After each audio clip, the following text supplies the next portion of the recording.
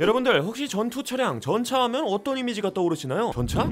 대포로 쏘고 기관총도 쏠 수 있고 그냥 지상전에서 상대를 후드려 팰 수 있는 무기 아니야? 뭐 이렇게 생각하고 계신 분들이 많으실 텐데요. 전차는 공격력, 방어력, 기동력까지 모두 갖추고 있어서 상대방에게 공포를 심어줄 수 있는 아주 강력한 무기 중 하나입니다. 그리고 최근 이 전차의 공격에 노출된 국가가 있다고 하죠. 바로 러시아! 러시아와 우크라이나는 2022년 2월 24일부터 전쟁을 이어오고 있습니다. 현재 러시아는 봄철에 징집될 병력을 기다리며 숨을 고르고 있는 중인데, 아니 이게 무슨 일이야? 우크라이나가 전차를 끌고 러시아군을 공격할 수 있게 되었다고 하네? 다름 아닌 미국과 독일이 우크라이나의 전차를 지원하겠다라고 선언해버린 거야. 여기에 많은 국가들이 너도 나도 전차를 지원하겠다고 나서면서 총 321대의 전차를 지원받게 되었다고 하죠. 이에 러시아는 모두 불태워버릴 거라고 으름장을 놓았지만, 미국이 지원한 전차는 이미 과거에 러시아가 주력으로 사용하는 전차를 상대로 무쌍을 찍은 전적이 있기 때문에 제대로 붙는다면 러시아군에게 헬게이트가 열리게 될 거라고 하는데, 그럼 오늘의 1급 비밀, 전세계를 호령하는 천조국 미국의 선택으로 헬게이트 열리게 생긴 러시아 편 지금 바로 시작합니다. 2022년 2월 24일 러시아가 우크라이나를 침공하고 약 1년이 되어가고 있는 현재 전쟁은 교착 상태를 유지하면서 소모전으로 흘러가고 있습니다. 그 이유는 러시아는 봄철에 징집될 병력을 기다리고 있기 때문이라고 하는데요. 이 징집은 지난 2022년 9월 21일에 선포되었던 동원령과는 다르다고 합니다. 9월에 있던 동원령은 예정 없이 갑자기 진행되었지만, 봄철 징집은 정기적으로 실시하는 징병이기 때문이죠. 일단 러시아 남성은 1년 동안 의무적으로 군대에서 복무해야 한다고 합니다. 이로 인해 봄과 가을 두 차례에 걸쳐 징병을 실시하는데, 러시아 정부는 지금 이 병력이 오기를 기다리고 있다는 거야. 그런데 최근 러시아의 절망과도 같은 소식이 하나 전해지게 되죠. 다름 아닌 미국과 독일이 우크라이나에 엄청난 지원을 하기로 결정했다는 겁니다. 이 두 나라가 우크라이나에 지원하기로 약속한 무기는 바로 전차. 전차라고 하면 상대에게 엄청난 피해를 줄 수 있는 화력을 갖추고 있고, 빠르게 움직일 수 있는 기동력과 평범한 총으로는 흠집조차 나지 않는 방어력까지 가지고 있습니다. 게다가 대전차 미사일 같은 특수한 무기가 없는 이상 전차는 전쟁에서 그야말로 공포의 상징 그 자체인데, 이런 어마무시한 녀석을 우크라이나에 지원해주겠다는 거죠. 우크라이나에 독일이 자랑하는 레오파드2 전차를 지원하겠습니다. 우리가 가지고 있는 레오파드2도 지원해도 돼? 독일이 승인해줘야 보내줄 수 있는데. 당연하죠. 다른 국가들도 레오파드2를 지원하고 싶으면 맘대로 하세요. 독일이 먼저 나섰으니 나도 질 수 없지. 미국도 M1 에이브람스라는 아주 기똥찬 전차를 지원하도록 하지. 진짜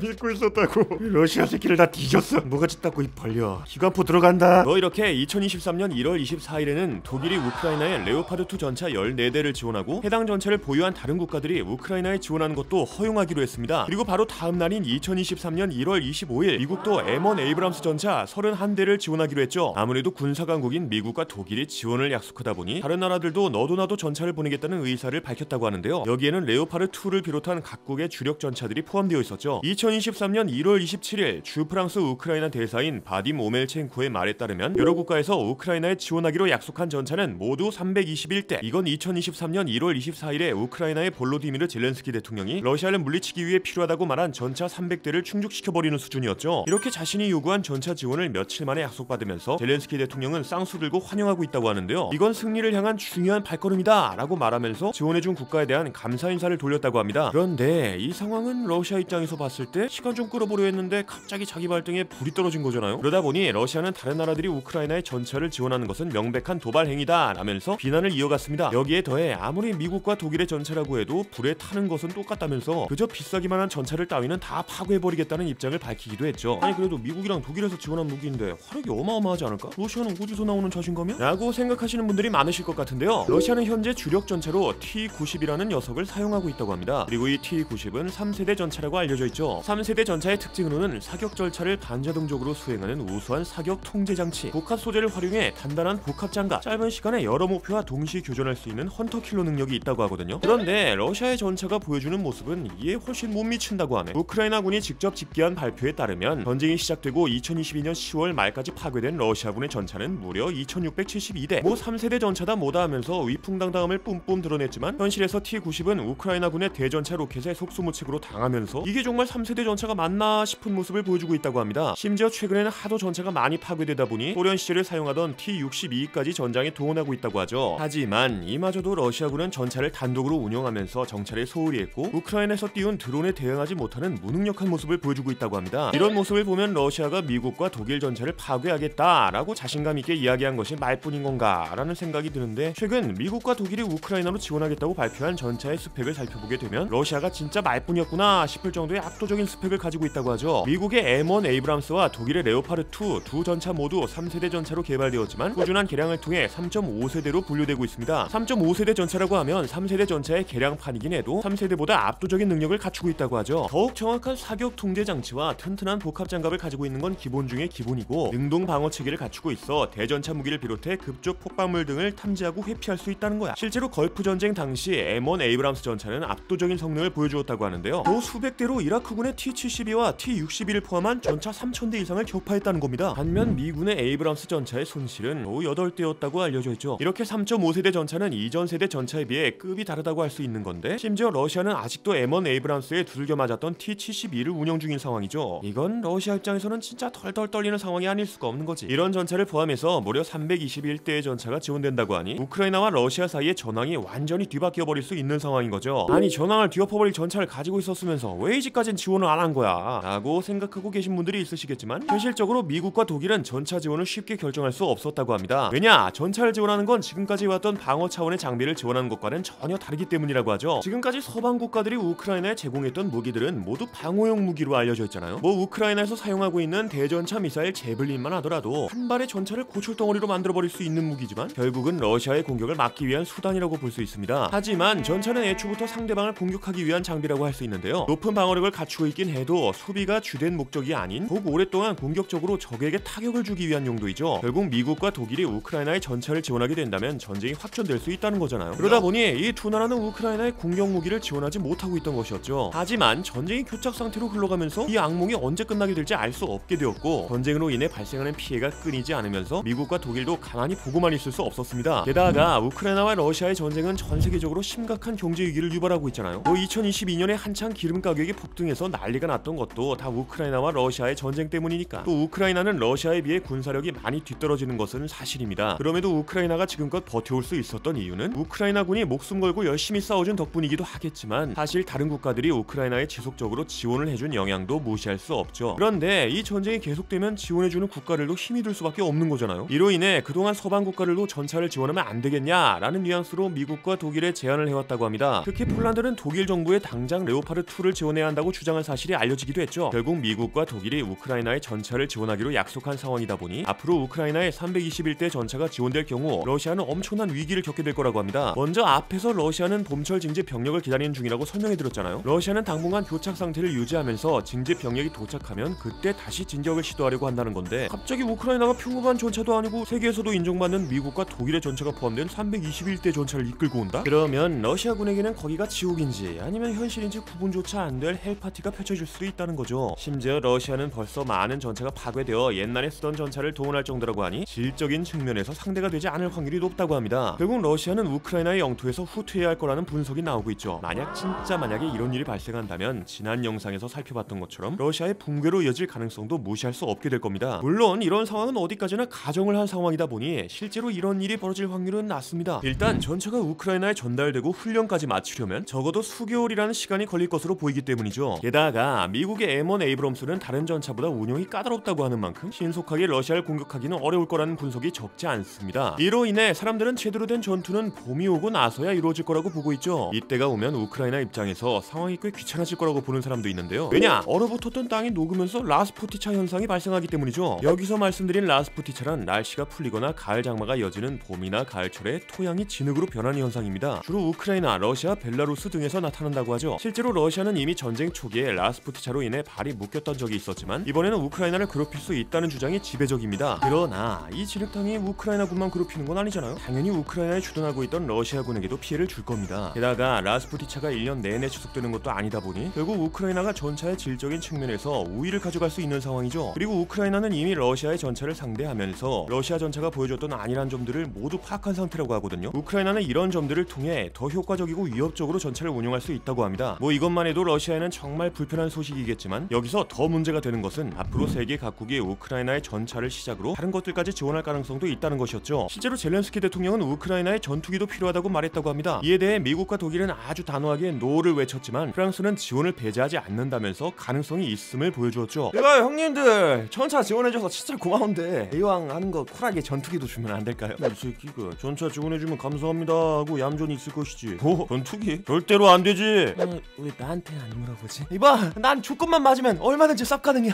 이거 잘하면 가능할지도. 뭐 이런 식으로 프랑스는 추가적인 긴장 고조로 이어지지 않고 러시아 영토를 직접적으로 공격하는 데 사용하지 않으면서 프랑스군의 전력을 약화시키지 않으면 가능하다는 입장을 밝혔습니다. 조건이 엄청 까다롭긴 하지만 우크라이나에 대한 전투기 지원 가능성이 얼마든지 열려있는 거죠.